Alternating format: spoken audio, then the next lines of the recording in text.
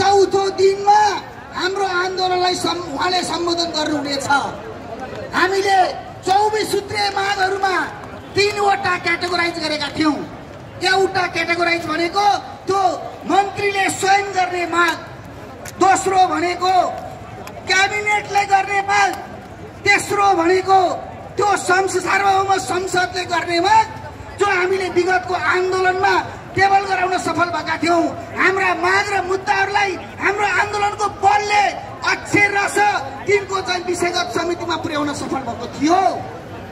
तर त्यो सफल भएको थियो, तर मलाई लाग्छ हामीले त्यो आन्दोलनहरू गरिरहँदा फेरि यहाँसम्म आउँदा फेरि हामी सम्मानीय प्रधानमन्त्रीज्यूहरूले, सत्ताधारी दलका केही नेताहरूले यो आन्दोलनलाई खेसीचुरी गर्ने, राजनीतिक रङ्ग दिन खोज्ने, कुनै पार्टीको भन्ने, म यही मञ्चबाट के घोषणा गर्न चाहन्छु भने यो माग भनेको शिक्षकहरूले आफैले उठाएको माग हो। यो माग कुनै पार्टीको माग होइन। यो माग, यो आन्दोलन शिक्षकको हो, नेपाल शिक्षक महासङ्घको हो। हाम्रो आन्दोलनलाई राजनीतिक रङ्ग दिएर दिशान्तर गरेर हाम्रो मागबाट भाग्न तिमीहरूलाई छुट छैन। हाम्रो मुद्दाबाट भाग्न तिमीहरूलाई छुट छैन। हामी छुट दिँदैनौँ। हामीले देख्यौँ हामीलाई चाहिँ भनिएका थिए प्रधानमन्त्री फर्किने बित्तिकै क्याबिनेटबाट आउने विषयवस्तुहरू आइहाल्छ भन्ने थियो। तर पनि फेरि मलाई लाग्छ अझै पनि क्याबिनेटबाट आउने कुराहरू आएको छैन। उहाँहरू कता कता भन्नुहुन्छ अरे, हाम्रो छलफलमा जाने साथीहरूलाई भन्नुहुन्छ अरे त्यो क्याबिनेटबाट गर्ने निर्णयहरू एउटा हातले लिने, आन्दोलन फिर्ता अर्को हातले गर्ने रे। त्यो सम्बन्ध छ? यदि तिम्रो त्यस्तो निर्णय हो भने यो मञ्चबाट हामीले खारेज गरौँ। तपाईँले खारेज गर्नुहोस् एकचोटि त्यसलाई। त्यही भएर हामीले भनिरहेका छौँ, हामी धैर्यताको, हामी कति चाहिँ अनुशासित छौँ, कति भद्र छौँ। हिजो केही भिजिलेन्टहरू परे गरेर यो आन्दोलनलाई उद्वेलित बनाउन खोजे। हामी लाठी खाएर पनि, हामी बुट खाएर पनि हामीले के गर्यौँ भने हामीले सह्यौँ। हामी थप पत्रकारमा गएनौँ। हामी प्राजी थियौँ, हामी गुरु थियौँ। हाम्रो आन्दोलन भद्र थियो। यदि म फेरि पनि भन्न चाहन्छु, यदि यो सरकारले हाम्रा माग र मुद्दाहरूलाई यदि 3 दिनभित्र यदि पुरा गरेन भने 3/19 गति उसको नीति र कार्यक्रम छ। त्योभन्दा अगाडि विद्यालय शिक्षा विधेयकलाई त्यो कार्यसूचीमा राखेर, संसदको कार्यसूचीमा राखेर तिम्रो चाहिँ त्यो ऐनहरूलाई संशोधन गरेर 19 गते भन्दा अगाडि विद्यालय शिक्षा विधेयक, अग्रगामी विद्यालय शिक्षा विधेयक जारी गरेनौ भने यो शिक्षकहरूको मासले के गर्छ तिमीलाई त्यो बेलामा थाहा होला। हामी तिमीहरूले भनेका होलौ, थकाएर घर फर्काउने रे, आतंक पारेर घर फर्काउने रे, आफ्ना केही एजेन्टहरू लगाएर शिक्षकहरूलाई भ्रमित पारेर घर फर्काउने रे। तिमीहरूको सबै विकल्पहरू शिक्षकहरूले खारेज गरिदिसकेका छन्। शिक्षकहरूले खारेज गर्दे, हामीलाई लगाएका सबै आरोपहरू शिक्षक साथीहरूले खारेज गरिसकेका छन्। त्यही भएको कारणले गर्दा फेरि हामी के भन्छौँ भने त्यो क्याबिनेटबाट गर्ने कुरा पनि छिटो गर, र विद्यालय शिक्षा विधेयक पनि छिटोभन्दा छिटो ल्याऊ। आज उपसमितिमा हामीले देखेका छौँ हिजो मन्त्रीले हालेको संशोधन, आज सांसद हुँदा हालेको संशोधन, आज मन्त्री हुँदा त्यसलाई अस्वीकार गरिरहेको छ अरे। त्यसलाई अस्वीकार गरेको छ अरे।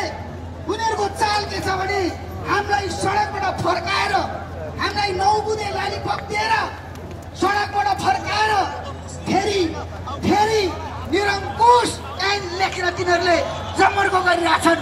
मैले त्यो विषय समितिहरूलाई यही मञ्चबाट खबरदारी गर्न चाहन्छु। हिजो तिमीहरूले गरेका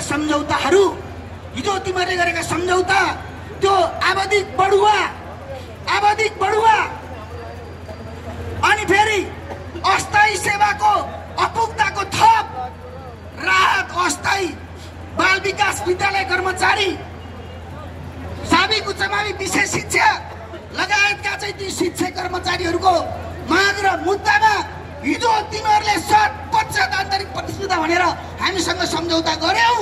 आज फेरि तिमीहरू 50% भनेर अड्डी लिइरहेका छौ रे।